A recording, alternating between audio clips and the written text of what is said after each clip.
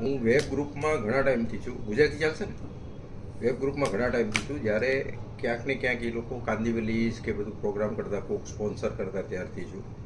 Premium plus member પછી થયો, પણ જ્યારે મંથલી કે દોઢ મહિને મિટિંગ જ્યારે પણ થતી ત્યારે હું અહીંયા વેબમાં હું આવતો, મિટિંગમાં આવતો. મને ત્યારથી જ નાનું ગ્રુપ હતું, ત્યારથી જ સારી લાગતી હતી મને. ગ્રુપ જ સારું લાગતું હતું મને કે ભાઈ આ ગ્રુપમાં આવવા જેવું છે.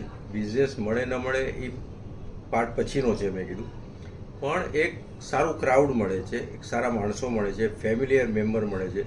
નો ડાઉટ લેડીઝ વધારે છે, પણ આપણને ઉલટાનું સારું લાગે કે ભાઈ આપણે પણ એક સારા ઓલા ફેમિલિયર સરાઉન્ડિંગમાં જઈએ છીએ.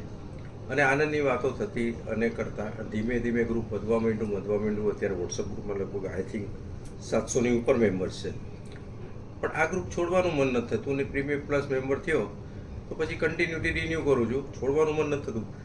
બિઝનેસ પાર્ટ ઓફ લાઈફ છે, પણ આ ગ્રુપમાં એક આમાંનો આનંદ આવે છે કે બધાને હળવા મળવાનું થાય છે, આનંદ થાય છે, અને બહુ બધાના સોફ્ટ કોર્નર છે.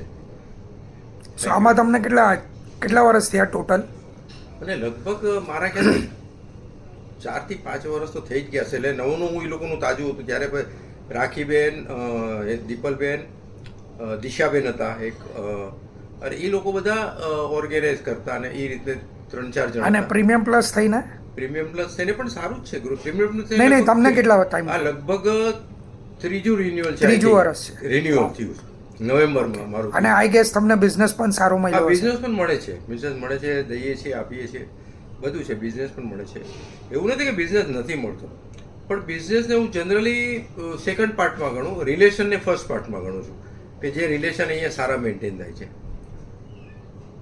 બીજો કંઈ સવાલ સર? કાંઈ નહીં. Thank you very much. Thank you sir, thank you so much.